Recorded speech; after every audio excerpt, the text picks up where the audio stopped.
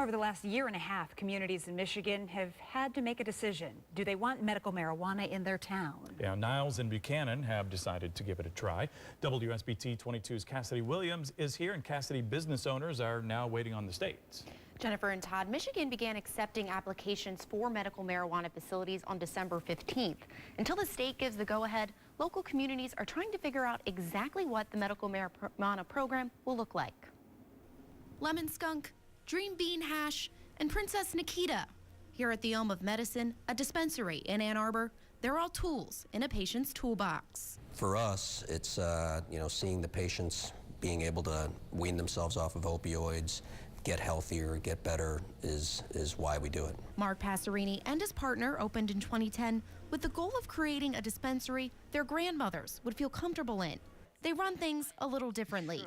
Chief Medical Officer Evangelos Litnis helps patients decide what will work for them one-on-one. He has a medical degree and an MBA in healthcare management from Loyola University. Immediately, it's not for everyone, like any other medication, really. But it's different than other medications. Marijuana is illegal federally. Passerini admits they've been operating in a gray area. When we first decided to do this, my mother was very, worried that we would be thrown in jail. But over the past 8 years, things have changed. Passerini says they've been welcomed in Ann Arbor. They've worked on research with the University of Michigan and were even given their own plaque on Main Street. Ann Arbor is known for having some of the most lenient cannabis rules in the state. Passerini has seen patients from Southwest Michigan drive hours to visit his store. That side of the state, almost all of the west side, was kind of a cannabis desert, so to speak, where provisioning centers weren't really allowed. But this building in Buchanan could soon become an oasis in that cannabis desert. Passerini has applied for a state license to open a provisioning center, more commonly known as a dispensary, here on Front Street. It's basically a lot of paperwork and a lot of opening up your whole life, basically to show the state that you've been paying your taxes and you're not a criminal. Medical marijuana is expanding thanks to 3 bills passed in Michigan in 2016. The laws and the emergency rules released late last year create regulations for dispensaries, grow centers, and other marijuana facilities, taking medical marijuana out of that gray area. The local municipalities get to choose whether they want to participate, meaning much of the work falls here, on the desks of local leaders. Many, many hours. I would say that really over the last year, a substantial portion of my daily work has been on the medical marijuana program. Sonia Vitale is the Community Development Director in Niles. Niles has decided to participate in the program. Those businesses are expected to fill buildings here in the industrial park. Between the applications and other paperwork, Vitale estimates she's read over 30,000 pages. She hopes the businesses will attract people downtown and bring hundreds of new jobs. But she says the work isn't about the tax dollars. This is definitely worthwhile, and not because of the money. There isn't going to be a lot of money for small communities, or actually most communities in the state. We're not looking at this being some sort of economic windfall. We're looking at it as a medical program for our constituency. But cities and businesses have been doing all this work based on the state's emergency rules that only last until June. New state rules are expected then, but until the state finalizes the rules and hands out the licenses, the cannabis desert remains. We're just hoping that this is all not for naught. We're hoping that it's something that we can keep moving forward. Passerini is hoping to hear back from the state sometime in April about his dispensary license. Niles is looking at a similar timeline. Vitale says a conservative estimate on when a store could open in Niles is this June. Jennifer? There's confusion at the state line. Marijuana is legal in states like Colorado and Oregon. In Michigan, people with medical marijuana cards are allowed to use the drug. But cross into Indiana and you're breaking the law, even if you used it weeks ago. WSBT 22 fact finder Kristen Bean investigates the rights and wrongs of marijuana and what the laws say. Oh, that's dirty. Quit throwing those at me. Roommates and friends Joshua Borsodi and Tyler Winning are medical marijuana users. For Josh, it eases pain in his hands. And some days I can control it, some days I can't. For Tyler, it helps control his chronic back pain. Relaxes me, calms me. Both men are careful with what they call their medicine. I know my laws, and I stay on top of them.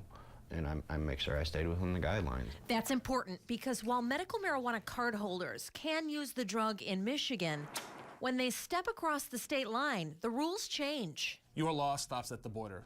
It's basically the drug equivalent of the Legend of Sleepy Hollow. Once you cross the bridge, it's a whole different set of rules. St. Joseph County Deputy Prosecutor Eric Tamashevsky says no matter what, marijuana is off limits in Indiana. For our perspective, the way Indiana law works is if you have marijuana in your system, you're committing a crime.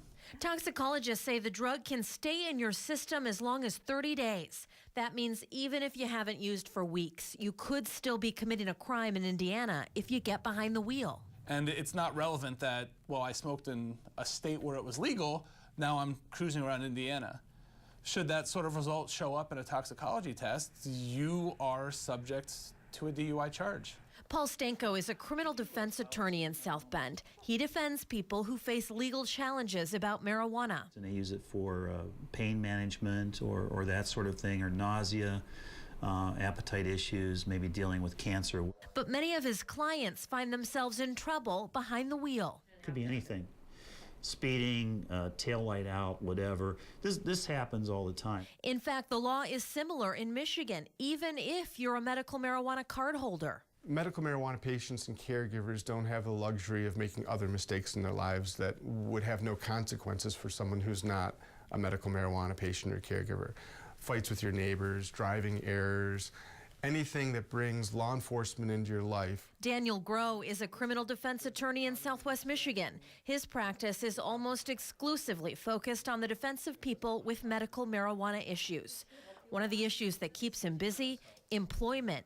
His office, along with the ACLU, tried to bring legal action against Walmart after the company fired a man with inoperable brain cancer because he used marijuana. Ultimately, the federal courts decided that the protections in the language of Michigan's Medical Marijuana Act does not extend to private employers. That means you can be fired from your job, even if you use the drug legally. And the same is true in Indiana. I advise people to maintain their level of privacy just as if they were doing something illegal. Just because you have a medical marijuana card doesn't mean it's a good reason to talk about it, let anyone know that you're a patient. That's the rule that these friends follow. The way I look at it, it's for my eyes and my eyes only. It's not only a legal issue for them, but a safety and security issue too. The men say when they got their medical marijuana card, they also had to give up their guns. It's the law in Michigan, so they're careful now about who comes into their home. Another note of mention, marijuana is still illegal under federal law, no matter what state you're in. In the studio, Kristen Bean, WSBT 22 News. It's a debate that's been going on for nearly 100 years, and it centers on marijuana, its legalization and safety. While dozens of states like Michigan have given medical cannabis the go-ahead, many people are adamantly against it. WSBT 22's Dane Murray joins us. And Dane, people have some pretty strong positions on this. Yeah, Jennifer, they do. Some medical professionals and scientists say many people benefit from the drug. Others say research proves there is no medical use for it. It was more of a biological question than a medical question at that time. For the past 4.5 years, IU South Bend science professor Thomas Clark has been studying the medical effects of marijuana. So here's just a short list pulled pretty easily out of the literature of things that we know marijuana can help with. His curiosity prompted him to sift through endless amounts of research, and what he found was clear. Marijuana can help people with chronic conditions. They've found in lab studies that it actually stops or reverses the progression of Alzheimer's disease. It prevents things like obesity and diabetes mellitus. It kills cancer as it develops without harming cells around it. Professor Clark says there are adverse effects such as memory issues, but he says those effects are minor compared to what the drugs in your medicine cabinet can do. It's less toxic than aspirin and Tylenol. Aspirin, Tylenol, those things, they don't cause schizophrenia. Marijuana does. You know, is that worth the trade-off for your kids? I don't think so. Prosecutor Victor Fitz was an integral part of stopping the sale of medical marijuana in Cass County. We've said take it elsewhere. We don't want it here. He has done research of his own and says he opposes it because what medical professionals have found. The Federal Drug Administration has studied this long and hard, and they've scheduled marijuana as a Class 1 drug. And that means a drug that has no medical use. Fitz says 1 in 50 people in Michigan have a medical marijuana card. He says that's a lot more than who it was intended for, such as cancer patients and those nearing the end of life. He says it's hurting our communities and, most importantly, our children. What happens when marijuana gets to our kids? When children begin using marijuana regularly at age 14, by the time they've turned the age 35, they will have irrevocably lost approximately 8 IQ points. Is that what we want for our kids? He sees its damaging effects firsthand and believes pot is a gateway drug. I'm talking reality. We know that most of the individuals in Cass County, the first drug they use is marijuana. There's an association, there's not necessarily a causation. Dr. David Crocker is the force behind Michigan Holistic Health in Kalamazoo. He says over the past 8 years, his practice has seen more than 10,000 patients. The most common thing that we see is severe and chronic pain. We see nausea patients, HIV is common, cancer patients, glaucoma, Lou Gehrig's disease, severe and chronic nausea, seizure patients. Dr. Crocker is careful to examine patients' medical history before providing a recommendation to the state for a medical marijuana card, but he maintains the drug is helping his patients. A lot of the patients are extremely excited about the possibilities because they've been through a lot of different things without much success. They'll find their physicians telling them, and these again are the vast majority who've gone to medical school and so forth, that that's not the best solution. So in both of these cases, what we see is that marijuana just works better. Professor Clark, who has no stake in the game, says while more research needs to be done, the decision shouldn't be left in the hands of the law. Right now, the politicians are telling us what is and what isn't medicine. And I don't think that's right. Whether you are for or against medical marijuana, the debate continues, possibly for the next 100 years. It works. It's extremely safe. It's just not good. We're just starting to figure this out. Medical marijuana is not legal in Indiana, but it is in Michigan. It's one of 29 states to allow the use of cannabis for medical purposes. Reporting live in the studio, Dane Murray, WSBT 22 News. From PTSD to seizures to nausea and chronic pain, some claim medical marijuana helps them deal with their debilitating conditions. Tonight, we are hearing from a patient who's hoping to change the perception of the drug. WSBT 22's Dane Murray introduces us to a teen with cancer and her mother, who says marijuana was their last resort. Jennifer, 16-year-old Reagan, has been suffering from the disease for half her life. Her mother says for the first time in a long time, her daughter is finally living despite her prognosis, and they have marijuana to thank. Well, 16-year-old Reagan Capps is your typical teen. I like to sleep in. I don't like mornings. She says she loves all kinds of animals, especially my snake. You have a snake. But while Reagan spends time with friends and on her phone like most girls do, she has a lot more on her mind than typical teen drama. Yeah, I try to hide it with my sweaters and stuff. Reagan is talking about her cancer. September 23rd of 2009, she was diagnosed with alveolar rhabdomyosarcoma. At that time, it was end stage 4. It was everywhere. Reagan was in for the fight of her life at only 8 years old. They said I was never gonna walk again, never gonna come home, not gonna leave the hospital. But she and her body had other plans. Reagan endured 21 weeks of radiation, chemotherapy, and dozens of other prescription drugs. My body doesn't really react very well to medicine. It hasn't. It does the exact opposite. That's when Reagan's mother decided to take a different approach. And I told her doctor, I said, you know, just so you are aware, this is something I'm going to pursue. I would hope that you would be on board. If you're not, I'll find someone who is.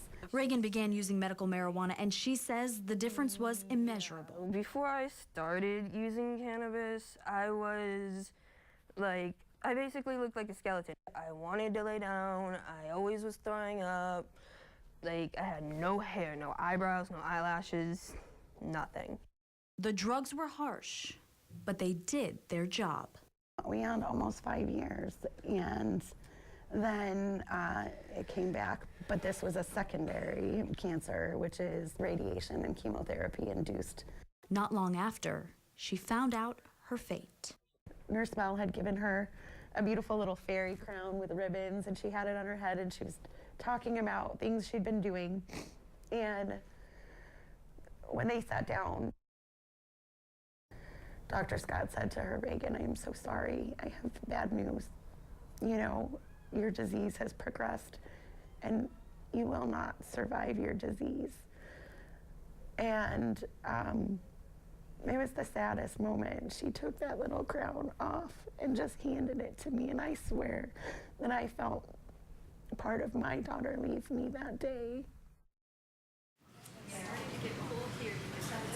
It was the years of radiation, chemotherapy, and other drugs that caused her body to fail. At that time, I asked the question, you know, do I have a year? Less than a year? And they told me less than a year. And, you know, we can't judge those things, but, you know, you think about that, that's already a quarter away gone. Now Reagan uses cannabis to make her feel comfortable in what doctors say are her final days. It hurts to be sick. Like, it hurts really bad to be sick. And I don't like seeing other people go through that. Talking about this for her, doing this interview for her is important to her because she mentioned to you she wanted to be an oncology nurse. She wants to take this experience and make something of it. Her biggest fear when she had to leave study was not herself.